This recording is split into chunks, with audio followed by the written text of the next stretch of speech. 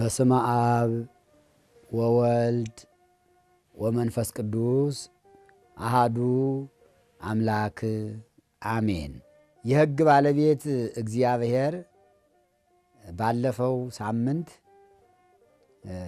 ስለ ሕገ ልቡና ስለ ዘመነ አበው ከአዳም እስከ ሙሴ የነበረው ዘመን በሕገ ልቡና የነበሩ ሰዎች ምን እንደሰሩበት ኃጢአት እንደሰሩበት አዳምና ሔዋን ዕፀ በለስን በልተው ከሕጉ እንደወጡ እንደተቀጡ ሰባት ካት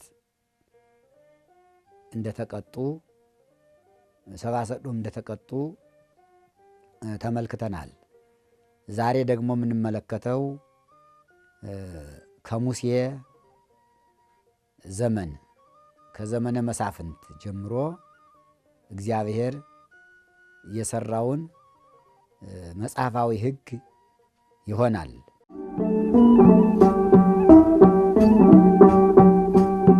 ከሙሴ ጀምሮ እስከ ሳኦል ወይም እስከ ዳዊት ያለው ዘመኑ ዘመነ መሳፍንት ይባላል። ሕጉ ሕገ ኦሪት ይባላል። የዘመነ መሳፍንት መጀመሪያ ሙሴ ሲሆን ታላቅ ወንድሙ አሮን ደግሞ ሊቀ ካህናት ነው። ሕገ ኦሪት መስፍንና በሊቀ ካህናት የተሰራች የምትመራ ሕግ ናት። ሁለቱን ታላላቅ አባቶች ታናሹን ሙሴን መስፍን ታላቁን አሮንን ካህን ወይም ሊቀ ካህናት አድርጎ የሾመ እግዚአብሔር ነው። እግዚአብሔር ለአዳም የሰጠው ተስፋ በሐሙስ ዕለት ወመንፈቃ ለዕለት ተወለድሞ ዕለት ተወለድከ በ5 ቀን ተኩል ወይም 5500 ዘመን ሲፈጸም ከልጅ ልጅ ተወልጄ አድንሃለሁ ያለው ተስፋ በእግዚአብሔር ፈቃድ ቀስ ቀስ እያለ እስከ ሙሴ ድረስ ሲደርስ ሙሴ የዚህ የክርስቶስ ልደት የድንግል ማርያም ወላዲት አምላክነት ንጽሕና፣ ድንግልና፣ ቅድስና የተገለጠበት ዘመን ነው። ዘመነ ሙሴ ሁለት ነገርን ያመለክታል። አንደኛው እስራኤል በፈርዖን ቅኝ ግዛት በግብፅ ሀገር ብዙ መከራ የተቀበሉበት፣ እነ ራሔል ያለቀሱበት፣ ራሔል ሁለቱን ልጆቿን ከጭቃ ጋር የረገጠችበት፣ እንባዋን ወደ እግዚአብሔር የረጨችበት፣ ወንድ ወንድ ሲወለድ ዕብራውያን ከባህር የሚጣሉበት ዘመን፣ የጭካኔ ዘመን፣ ክፉ መንፈስ የሰፈነበት ዘመን፣ ለሰው የማይታዘንበት ዘመን፣ ሰው ለሰው ፍጹም ጭካኔ ያሳየበት ዘመን ቢኖር ዘመነ ፈርዖን እና ጨካኙ ፈርዖን የጭካኔው ድርጊት የሚፈጸምባቸው ዕብራውያን የነበሩበት ዘመን ነው። ከአሁኑ ዘመን ያልተናነሰ ሰው ጭካኔ መንፈስ የተሞላበት፣ ለሰው የማያዝንበት፣ ሰውን ገሎ አስከሬኑን በቢላዋ የሚቆራርጥበት የዛሬው ዘመን፣ ያውም በአንዲት ኢትዮጵያ እየኖረ የሰውን አስከሬን አስሮ የሚጎትትበት፣ የሚበትንበት፣ እሳት የሚያቃጥልበት፣ ለመቃብር የማያበቃበት የጨካኙ የፈርዖን ዘመን ካለንበት ዘመን ጋር ተነጻጻሪ ሆኖ እናየዋለን። የጭካኔው ዘመን ነበርና እግዚአብሔርን የጭካኔ መንፈስ ከሀገራችን ያርቅልን፣ ያውጣልን። አንደኛው ይህ ሲሆን፣ ሁለተኛው ደግሞ ሙሴ ከሞት ከባህር የዳነበትና ሙሴ ከእግዚአብሔር ጋር የተገናኘበት በደብረ ኮሬብ በጎቹን ሲጠብቅ ከደብረ ሲና ተራራ መካከል ነበልባልና ሐመልማል ተዋሂዶ ምስጢረ ተዋሂዶን ምስጢረ ስጋዌን የድንግል ማርያምን ምስጢረ ድንግልናዋን ምስጢረ ቅድስናዋን ምስጢረ ንጽህናዋን ንጽሕተ ንጹሐን ቅድስተ ቅዱሳን እማ አምላክ ወላዲተ አምላክ ቤዛዊተ ኩሉ ዓለም የሥጋንና የቃልን ተዋሂዶ ፍጹም ምስጢር ያየበት ዘመን ነው። ዛሬ ያለንበት ዘመናችን ዘመነ ስጋዊ ሆኖ የክርስቶስን ተዋሂዶ ይዘን ኦርቶዶክሳውያን ተብለን የምንጠራበት ዘመን መነሻው ዘመነ ሙሴ ነው። ዘመነ ሙሴ ነው። በኦሪት ዘጸአት ምዕራፍ 3 ቁጥር 3 ላይ እንደተጻፈው ሙሴ ከፈርዖን ኮብልሎ ወደ ምድያም ሂዶ ከአማቱ ከዮቶር ሀገር ሲኖር ከዕለታት በአንድ ቀን በጎቹን ሲጠብቅ በደብረ ሲና ነበልባልና ሐመልማል ተዋሂዶ ሐመልማሉ ነበልባሉን ሲያጠፋው ነበልባሉ ሐመልማሉን ሲያቃጥለው እሳትና ቅጠል ማለት ነው አንድ ላይ ሆነው እሳቱ ቅጠሉን አያይበላው ቅጠሉ እሳቱን ያጠፋው እንዲሁ ግሩም የሆነ ምስጢር ለሙሴ እግዚአብሔር አሳየው። ሙሴ በደብረ ኮሬብ በጎቹን ሲጠብቅ ነበልባልና ሐመልማል ተዋሂዶ ሲያይ ወቀርበይ ጠይቆ ሊረዳው ወደደ። ሲቀርብ ከዚያ ከነበልባሉና ከሐመልማሉ ወፃ ቃል ዘይብል እንዲህ የሚል ቃል መጣ ወጣ ተነገረ። ሙሴ ሙሴ ፈታህ ቶታን አስሃኒከ እምገሪከ እስመዘት ከይዳ ምድር ቅድስቲቲ ሙሴ የቆምክባት ምድር ክብርት ናትና ጫማህን ከእግርህ አውልቀው የጫማህን ማዘቢያ ፍተው የሚል ቃል ሰማ። ይሄ ቃል ግሩም ቃል ነበር። ይታምልክን ይመለከታል። ከኔ በቀር ሌላ አምላክ አታምልክ የሚለውን ሙሴ በግብፅ ሀገር ሳለ ፋል የሚባል ጥንቆላ ተምሮ ነበር። አምላክን ሌላ አምላክ ወደ ሌላ አምላክ የሚወስድ ወደ ግብፃውያን እና ያንን ተው ሲለው ነው። ይታምልክን ገና በደብረ ሲና ሊሰራለት ስለሆነ አሁንም ተው። ይሄ ጫማ ትብትብ አድርጎ እንደሚይዝ ጫማ እግረ ስጋን ነው። ጣዖት ማምለክ ደግሞ እግረ ልቡናን ነው የሚይዝ። የልቡናን እግር ትብትብ አድርጎ ከእግዚአብሔር ለይቶ ፍቅረ ጣዖትን የሚያሳድር ስለሆነ በጫማ ማዘቢያ ይመስለዋል። ፍቅረ ጣዖት ይለዋል። ያንን ተው ሲለው ነው። ልማደ ዮቶርን ተው ሲለው ነው ይላል። ይሄ ልማዳዊ አንዳንድ ነገር አለ። የስብ ማጤስ፣ ደም ማፍሰስ፣ ለዛፍ ቅቤ መቅባት፣ ቆሌ ጨሌ፣ ዳንግሌ በግ፣ ጠጠርማ፣ ገብስማ፣ ቀይ ዶሮ እያሉ በዚህ በቅዱስ ዮሐንሱ ዛሬም አንዳንድ ልማዳዊ ስርዓት ባላወቁ ሰዎች ይፈጸማል። ያንን ነበር ጫማህን ትብትቡን ጫማ አውልቅ ያለው ይህንን ነው። አሁንም ዛሬ ማንኛውም ሰው በቤተሰብ የወረደ እያለ ስንድድ፣ እርባን፣ አልቦ እያለ በሙዳይ በምን የሚያስቀምጠዋል። የልብስ ልማዳዊ ስርዓት አለና እንዲው ዛሬም የተተበተበ ካለ ፍታው ይላል አምላከ ሙሴ። ፍታው፣ ፍቺው፣ ይህን ዝባ ዝንቄ ከእግዚአብሔር አምላክነት የሚለይ የእግዚአብሔርን አምላክነት የሚቃወም ፈጣሪ እግዚአብሔር አንድ ብቻ ሲሆን ዲያብሎስ አዳምና ሔዋንን በገነት እንዳሳተ ዛሬ የሚያሳስታቸው ብዙ ሰዎች አሉ።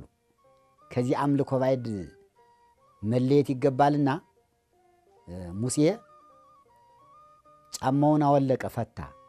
አውልቅ ሲለው አወለቀ፣ ፍታ ሲለው ፈታ፣ ቅረብ ሲለው ቀረበ። ይሄ ነው የሙሴ ልቡና የተመለሰ ወዲያው የተመለሰ ልብ፣ የተሰበረ ልብ ማለት ይሄ ነው። ዛሬም ይህን የሙሴን ልብ ለሁላችን ያድለን። ጫማችሁን ይህ እንደ ጫማ ተብትቦ የያዛችሁን ጥላቻ፣ ዘረኝነት፣ ጎጠኝነት፣ በቋንቋ በጎሳ የተተበተበ አይምሮ ምሁሩንም የምሁሩንም ተብትቦ የያዘ የተማረውም ያልተማረውም በዚህ በዘረኝነት በጎጠኝነት ታስሯል። በመታሰሩ ዳግማዊ ሙሴ ቢባል አያሳፍርም። ከፈታ ግን ደግሞ ዳግማዊ ሙሴነትን ይይዛል። ሙሴ ፍታ ሲባል ፈታ፣ ጫማውን አውልቅ ሲባል አወለቀ፣ ንጹሕ ሙሴ ሆነ። እኛም ዛሬ ንጹሕ ሙሴዎች ልንሆን ያስፈልጋል። ይህ ሀገራችን ኢትዮጵያን የሚቃወም አንድነቷን የሚሸረሽር ጫማ እንደ ሙሴ ከእግረ ልቡናችን ውልቅ አድርገን ስንጥል ሙሴ ያየውን የተዋሕዶ ምስጢር ለማየት እንበቃለን። ሙሴ ይህንን አውልቆ ከሄደ በኋላ ያን ምስጢርም ገለጠለትና ምስጢረ ተዋሕዶን አስተማረው ይላል። ምሳሌ አለው፣ የማይታለፍ ምሳሌ። ኦሪት ዘጸአት ምዕራፍ 3 ቁጥር 1 ጀምሮ ስንመለከት ሙሴ በዓይኑ በደብረ ሲና ያየው ወይም ያያት ሲተረጎም ሊቁ ሲተረጉም ቅዱስ ኤፍሬም ምን አለው? አንቲ ውእቱ እፅ ዘርየ ሙሴ በነደሳት ወዕፀ ታዕዌ። ቅዱስ ያሬድም በአንቀጸ ብርሃን ወዕፀ ታዕዌ ዕፀ እንተርየ ሙሴ በደብረ ሲና ትመስል ማርያም ድንግል ወእሳተ መለኮቱ ያዋየ ስጋኪ። ሙሴ በደብረ ሲናት ያያት ዕፅ አንቲ ውእቱ ድንግል ማርያም አንቺ ነሽ። ሙሴ ያያት አንቲ ውእቱ ዘጾርኪ አምደ እሳት ዘርየ ሙሴ በደብረ ሲና። ሙሴ በደብረ ሲና ያየውን አምደ እሳት የተሸከምሽ ያቺ የሲና ሐመልማል አንቺ ነሽ። እሳቱ ግን ልጅሽ መድኃኔ ዓለም ክርስቶስ ነው እያሉ በመንፈስ ቅዱስ ልቡናቸው የበራ አይምሯቸው የተፈታ ድንግል ማርያምን ቁጭ አድርገው ደብረ ሲና ላይ ሙሴ ያያት ዕፅ ድንግል ማርያም ናት። አማን በአማን እሳቱ አካላዊ ቃል ነው። እሳቱና ልምላሜው አንድ ላይ መሆኑ ደግሞ ድንግል ማርያም 9 ወር ከ5 ቀን ከስጋዋ ስጋ ከነፍሷ ነፍስ ነስቶ 9 ወር ከ5 ቀን በማኅፀኗ ተጸንሶ ነበልባሉ ልምላሜውን ሲያቃጥለው ማየቱ ድንግል ማርያም ምንም አልተለወጠችም። እሳተ መለኮትን ስትሸከም እፎ ጾርኪዮ ለዘይት ካል ተጸውሮ እፎ አግመርኪዮ ለዘይት ካል ተገምሮ ይላል ቅዱስ ያሬድ። ሰማይ ወምድር ዘያገምሮ እፎ ማኅፀነ ድንግል ጾሮ። ሰማይና ምድር የማይወስነውን የማይችለውን አምላክ ጠባቢቱ የድንግል ማኅፀን እንደምን ቻለችው? ነበልባለ እሳት እያዋየኪ ነበልባሉ አላቃጠለሽም ተብሎ እንደተጻፈ ድንግል ማርያምን ባሕርየ መለኮቱ አልለወጣትም። ቅጠሉም ልምላሜው እንዳላጠፋው እሱ ሰው ሲሆን ስጋን ሲዋሃድ አምላክነቱ አልተለወጠም። ይሄ ውላጤ ቦአዴ ሙያጤ የሚሉ መናፍቃንን እነ አቡሊናሪዎስን ህድረት ውላጤ የሚሉ እነ ሊዮን እነ ንስጥሮስን የሚመታቸው ይህ ቃል ነው። የነ ቅዱስ ቄርሎስ የነ ቅዱስ ኤፍሬም የነ ዮሐንስ አፈወርቅ ሙሴ በደብረ ሲና ያየውን የነበልባሉንና የሐመልማሉን ምስጢር ሲተረጉሙ ምስጢሩን በሚገባ አስቀምጠውታል። ዛሬም መናፍቃን በዚህ ይረታሉ። ዮሐንስም ወንጌሉን ሲጽፍ ቃል ሥጋ ኮነ ወሐደረ ላዕሌነ፣ ቃል ሥጋን ተዋሃደ ባሕርያችን ባሕርይ ያደረገ ብሎ በወንጌሉ እንደተናገረው የሙሴ ጥሪ መጀመሪያ ከይታምልክ እስከ አፍቅር ቢጸከ ያሉትን 10ቱን ቃላት ኦሪት ከመቀበሉ በፊት እግዚአብሔር ይህን ምስጢር አሳይቶ ነው የጠራው። የምስጢር አምላክ ምስጢሩን ይግለጽልን።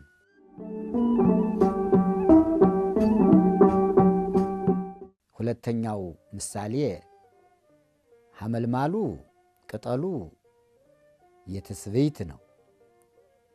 ነበልባሉ የመለኮት ምሳሌ ነው። ቅዱስ ቄርሎስ ነበልባሉን በመለኮት ሐመልማሉን በስጋ በትስብእት አነጻጽሮ ምስጢረ ስጋዌን ሲያነብ ሲተረጉም ምስጢሩን አስፍቶ አጉልቶ ይተርካል። ቅዱስ ኤፍሬም ሐመልማሉ የእመቤታችን የቅድስት ድንግል ማርያም ነበልባሉ የአካላዊ ቃል እንደሆነ አምልቶ አስፍቶ አጉልቶ አመስጥሮ ተመራምሮ በአንክሮ በተዘክሮ ሲተረጉመው አማን በአማን ድንግል ማርያም ሙሴ ያያት የደብረ ሲናይቱ የሲና ሐመልማል ናት። አማን በአማን ሙሴ በደብረ ሲና ያየው ነበልባል አማኑኤል ነው እና የተዋሕዶ ሃይማኖት ከ10ቱ ቃላት በፊት በደብረ ሲና ተጀመረ። ኦርቶዶክሳውያን ተዋሕዶ ሃይማኖትን የምታምኑ ሁሉ እንኳን ደስ ያላችሁ። ምክንያቱም ዘመነ ሙሴ ይህን ያስተምራል። ጌታም ዳግማዊ ሙሴ ስለሚባል ሙሴ እስራኤልን ከግብፅ ባርነት እንዳወጣ ክርስቶስ ደግሞ አዳምን ከነ ልጆቹ ከሲኦል ባርነት ስላወጣ ክርስቶስ ዳግማዊ ሙሴ ይባላል። ሙሴ በብትሩ ባሕረ ኤርትራ እንደከፈለ ክርስቶስ ደግሞ በተሰቀለበት ዕፀ መስቀል ሲኦልን በርብሮ ዲያብሎስን ድል ነስቶ ነፍሳትን ሲያወጣ በትረ ሙሴ በትረ መስቀሉ ስለ ክርስቶስ የሙሴ በትር የመስቀሉ ምሳሌ ናት። ሙሴ የጌታ ምሳሌ ነው። ግብፃውያን ፈርዖን የዲያብሎስ ምሳሌ ነው። ግብፃውያን ከፈርዖን ጋር የነበሩ የሰራዊት የዲያብሎስ ምሳሌዎች ናቸው። በሲኦል የነበሩ ነፍሳት በሙሴ መሪነት እንደወጡ በክርስቶስ ካሳ ፈጻሚነት በመልዕልተ መስቀል ተሰቅሎ ሥጋውን ቆርሶ ደሙን አፍስሶ ተቸንክሮ 6666 ግርፋት ተገርፎ ያወጣቸው ነፍሳት ዕብራውያን የነፍሳት ምሳሌዎች ናቸው ማለት ነው እና ከዚህ በኋላ ሙሴን እግዚአብሔር አምላክ ግብፃውያንን በታምራት ሊቀጣ ሲወድ ዕብራውያንን ከግብፅ አውጥቶ ወደ ቅድስት ሀገር ኢየሩሳሌም ድረስ ሊያገባ ሲወድ ይህን ምስጢር ከገለጠ በኋላ ሙሉ በሙሉ አስረዳው፣ አስተማረው። ሙሴ ወደ ግብፅ ሀገር ልልክ ነው፣ ፈርዖንን ሂደህ ትነግረዋለህ። እኔ ኋላ ነፍሳትን ከሲኦል ለማውጣት ዛሬ አንተ ወደ ግብፅ ወርደህ ዕብራውያንን ማውጣትህ ምሳሌ ነው። 9 መቅሰፍት 10ኛ ሞተ በኩር 11ኛ ስጥመት በግብፃውያን ላይ ኦሪት ዘጸአት ምዕራፍ 7 እስከ ምዕራፍ 17 ያለው ታሪክ ደመበግንም ጨምሮ የግብፃውያንን መቅሰፍት፣ የዕብራውያንን ድህነት፣ የቅዱስ ሚካኤልን መሪነት፣ የባሕሩን መከፈል ንሴብሖ ለእግዚአብሔር ስቡሐ ዘተሰብሐ ብለው ዕብራውያን በጽንፈ ኤርትራ በኤርትራ ደንበር ማርያም እህተ ሙሴ ከበሮውን እየመታች ስታመሰግን በጽሑፍ መላእክት ወቦሙ መዘምራን አለቆቹ ደረሱ። 70 ሊቃናትም ከዚያ ነበሩ። ማእከለ ደናግል ዘባጥያ ተከበሮ ከበሮውን በሚመቱት በሴቶች መካከል ማርያም እህተ ሙሴ ንሴቦ እያለች ታቀነቅን ነበር ብሎ ዳዊትም እንደተናገረው ይህን ታሪክ በሰፊው እዚያ ስለምናገኘው ሙሴ እስራኤልን ከግብፅ ይዞ ከወጣ በኋላ የ40 ዘመን ጉዞ ይጠብቀዋል ይላል። ከዚህ ከ40ው ዘመኖች መካከል ሕገ ኦሪት ተሰርታለች አላት። እስራኤል ከግብፅ ከወጡ በኋላ የ40 ዘመን ጉዞ ወደ ምድረ ርስት ሲያደርጉ በዚህ በ40ው ዘመን ውስጥ ከተሰሩት ስራዎች እግዚአብሔር በዚህ ዓለም ከሰራቸው ስራዎቹ አንዱ ሕገ ኦሪትን በጽላቱ ላይ ጽፎ ለሙሴ መስጠት ነበረ። ከዕለታት በአንድ ቀን እግዚአብሔር ሙሴን ወደ ደብረ ሲና ጠርቶታል። ባለፈው ጉባኤያችን እንደተገለጸው ከይታምልክ እስከ አፍቅር ቢጸከ ከመ ነፍስከ ጀምሮ ያሉት ሕግጋት ተጽፈው ለዓለም እንዲዳረሱ እግዚአብሔር ሙሴን ወደ ደብረ ሲና ጠራው ይላል። ሲጠራውም ስርዓት ጭምር ነው ያስተማረው። ምን አለው? በዚያ በደብረ ኮሬብ ጫማህን ፍታ ሲለው ለጊዜው ፍርሃቱን፣ ጭንቀቱን፣ ሌላውንም ነው። የመጨረሻው ግን ደብረ ሲና የቤተ ክርስቲያን ምሳሌ ናትና ከቤተ ክርስቲያን በጫማ መግባት አይገባም፣ የቆምኩባት ምድር የተቀደሰች ናት ያለው ቤተ ክርስቲያን ናት። ሁለተኛይቱ ጉባኤ ቤት ናት። ወይም በጉባኤ በመድረክ ላይ ማንኛውም ሰባኪ ሲሰብክ ምስጢረ ስጋዌን፣ ምስጢረ ተዋሂዶን፣ ምስጢረ ሥላሴን በሚያስተምርበት ጊዜ ጫማውን አውልቆ መስበክ ይገባዋል ይላል። ምስጢረ ተዋሂዶ ከሚነገርበት ሁሉ በጫማ መቆም፣ በጫማ መርገጥ፣ በጫማ መግባት አይገባም። ማንኛውም ሰባኪና መምህር መድረክ ላይ ቆሞ የእግዚአብሔርን ቃል በሚመሰክርበት ጊዜ ከነጫማው ቆሞ መስበክ አይፈቀድም። የሙሴ አምላክ የቆምኩበት ምድር የተቀደሰ ነውና ጫማህን አውልቅ ያለው ነበልባሉና ሐመልማሉ የመለኮትና የትስብእት ምሳሌ ስለሆነ የድንግል ማርያምና የአማኑኤል ምሳሌ ስለሆነ የእነሱን ምስጢራት የሚገልጽ ሰባኪ መምህር ሁሉ፣ የሚዘምር ዘማሪ ሁሉ፣ ድንግል ማርያምን የሚያነሳ ሁሉ ጫማውን አውልቆ ሊሆን ይገባል ነው። ይህንን በደብረ ሲና ስርዓት እንደሰራ ኋላ ደግሞ ሙሴ መስፍን ነውና የሚመራቸውን አይላፈ እስራኤልን ስሳልፍ ሀጋር ይላቸዋል። እንዲሁ ዝም ብሎ እንዳይበተኑበት እንዳይቀሩበት ጠባቂ አልባ እንዳይኖሩ ዘመኑ ዘመነ መሳፍንት ነውና የመሳፍንት ዘመን ነውና ተካላቸው አለ እግዚአብሔር። እንዲሁ እግዚአብሔር እኮ ሕዝቡን ምን ያህል እንደሚወደው አዎ መጽሐፍ ቅዱስን ስንመለከተው በእውነቱ የእግዚአብሔር ቸርነት አሮንና ሆርን ከተማ ጠባቂ አድርገህ አንተና ሲለው እንዲሁ ዝም ብሎ እንዳይበትናቸው ነው። ይሄ መተካካት ያለ ነው። በኃይል አይደለም፣ በጉልበትም አይደለም። እግዚአብሔር የሚተካቸውን ሰዎች ራሱ ነው የሚያስቀምጥ። ሙሴን እንኳን ለ40 ቀን ደብረ ሲና ላይ 10 ቃላትን ጽፎ ሲሰጠው ድረስ ለ40 ቀን ሰው ተክቶ ነው። አሮንና ሆርን ጠባቂ አድርግ እንዳለ አሁንም እግዚአብሔር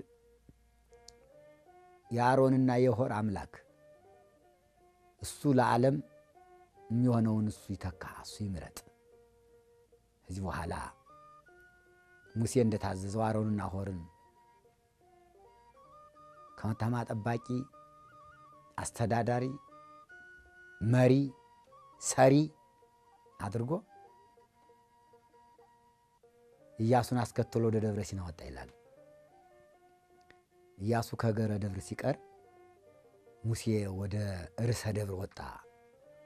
ከተራራው ራስ ወጣ ሙሴ ከበግ ጠባቂነት ወደ ደብረ ሲና ተራራ በግ ጠባቂነት ወደ መስፍንነት ነው የተመረጠ። ይሄ ነው እግዚአብሔር የሚያነሳ ከትንሹ ነው። እግዚአብሔር አይንቅም። ሰው እየመሰለው አንዱ አንዱን የመንግስት የተበላላጭ ተቀናቃኝ ይሆነኛል እያለ ዝም ብሎ ይገድለዋል። የብዙ ሰዎች አንገት ተቀልጦ የወደቀ ይቀናቀኑናል ማለት ነው። አይደለም። እነግሳለሁ ያለም በራሱ ፈቃድ አይነግስም። ይነግስብኛል ተብሎ የሚጠረጠረውም በራሱ ፈቃድ አይነግስም። ስለዚህ ነጋሽም አይጠራጠር፣ አንጋሽም አይጠራጠር። ስልጣኑንና ፍርዱን ለእግዚአብሔር ይስጥ። መሪው ሰሪው እግዚአብሔር ብቻ ስለሆነ ሙሴ ተጠርቶ ወደ ደብረ ሲና ወጥቶ ተራራው ራስ ላይ እግዚአብሔር አስቀመጠውና 40 ቀን ይሄ እኮ ነው። ይሄ ነው እግዚአብሔር የሚመርጣቸው ሰዎች መጀመሪያ እግዚአብሔር ጋር ነው የሚገናኙ። መጀመሪያ የ40 ቀን ቆይታ። ምክንያቱም የ40 ቀን ንጽህና፣ የ40 ቀን ከእግዚአብሔር ጋር በጸሎትና በጾም መገናኘት። ይሄ 40 ምን ጾመው የጾመ ነቢያት የ40 ቀን ጾም አለው። 40ው ቀን የነቢያት፣ 3ቱ ቀን የአብርሃም ሶርያዊ የአርዲተ ፊልጶስ፣ አንዱ ገሃድ ነው። ጾሙ 44 ነው። ከ44 አይጨምርም አይቀንስም። እንዲሁም በዚህ በዘመነ ዮሐንስ ብዙ ሽኩቻ አለ። በ28 ስለሚገደፍ 40 14 15 የሚል እና በ14 ቢጀመር 44 ቀን ይሞላል። የአንድ ቀን መብል የአንድ ቀን መጠጥ የሚጎዳ አይደለም። ግን ሰው በልግ ስለያዘው ብሉ ብሉ እያለ የሚያውጀው ብዙ ነው። አሁን መብል ይታወጃል። ነቢዩ ኢዩኤል ቀድሱ ጾመ ወስብኩ ምህላ፣ ጾምን አውጁ ምህላንም ስበኩ ነው እንጂ ያለ መብልን ስበኩ አላለም። ከመብል ደግሞ የሚገኝ ነገር የለም። እንዲሁም መጽሐፍ እንዲህ ይላል ፍትሐ ነገሥት 3 ወለእመ ኮነ ተጋይዞ በምክንያተ ጾም አድልው ለጾም። ፍትሐ ነገሥት አንቀጽ 15 በጾም ምክንያት ክርክር ቢነሳ ለጾም አድሉ ጾሙ እንጂ አትብሉ ብሏል። አባቶቻችን ሐዋርያት እንዲህ ብለው ነው በፍትሐ ነገሥት 3 የወሰኑትና ይህን ያህል ሽኩቻ ምንድን ነው የሚያጣላ? እና ምን ለማለት ነው? ይህ ጾም ሙሴ ያን ጊዜ የጾመው ነው። ይሄ ጾመ ነቢያት ሙሴ የጾመው ጾም ነው እና ሙሴ 40 ቀን ከምግብ ተከልክሎ ከመጠጥ ተከልክሎ ቆየ። እንዲህ ይላል ኦሪት ዘዳግም ምዕራፍ 9 ቁጥር 9፣ ኦሪት ዘዳግም ምዕራፍ 10 ቁጥር 10 ላይ ሙሴ ወበውቶን መዋዕል 40 መዓልተ ወ40 ሌሊተ ይበላይኩ እክለ ወይሰተይኩ ማየ። 40 ቀንና 40 ሌሊት በእነዚያ ወራቶች እህልም አልበለው ውሃም አልጠጣው። ወወሀበኒ እግዚአብሔር ክልኤተ ጽላተ፣ እግዚአብሔርም 2 ጽላት ሰጠኝ። እለ ጽሑፋት ውስቴቶን 10ቱ ቃላት የውጣ የሚባሉ 10ሩ ቃላት የታጻፉባቸው 2 ጽላት ሰጠኝ። ጽሕፈቶን ጽሕፈተ እግዚአብሔር ወግብረቶን ግብረተ እግዚአብሔር። የጽላቶቹ ስራቸው፣ ቅርጻቸው፣ ቁመታቸው፣ ወርዳቸው ግብረቶን ግብረተ እግዚአብሔር የእግዚአብሔር ስራ ነው፣ ያዘጋጃቸው እግዚአብሔር ነው። ወጽሕፈቶን ጽሕፈተ እግዚአብሔር፣ ጽሕፈቱም የእግዚአብሔር ጽሕፈት ነው፣ 10ሩን ቃላት የጻፈ እግዚአብሔር ነው ይላል። ጽሕፈታቸው የእግዚአብሔር ጽሕፈት፣ ቅርጻቸው የእግዚአብሔር አቀራረጽ የሆነ 2ቱን ጽላት እግዚአብሔር ጽፎ በእጄ ሰጠኝ ይላል። እስከዚህ ያለው ሙሴ ወደ ደብረ ሲና ተጠርቶ ከእግዚአብሔር ጋር 40 ቀንና 40 ሌሊት ሲነጋገር ቆይቶ እግዚአብሔር የነገረው 570 ይለዋል። በቃል ይህን አድርጉ ይህን አታድርጉ ያለው 10 ቃላትን በጽላቱ ጽፎ ሰጥቶ ሙሴ ከእግዚአብሔር ጋር ተነጋግሮ የ40 ቀን ቆይታውን እንደፈጸመ ያሳየናል። ይቆየን። በጽላቱ ላይ የተጻፈውን ሕግ ጠብቀን ጽላቱን አክብረን የጽላቱ ባለቤት እግዚአብሔር መሆኑን ለሙሴ የገለጸውን ምስጢር ለሁላችን ይግለጽልን። ይቆየን።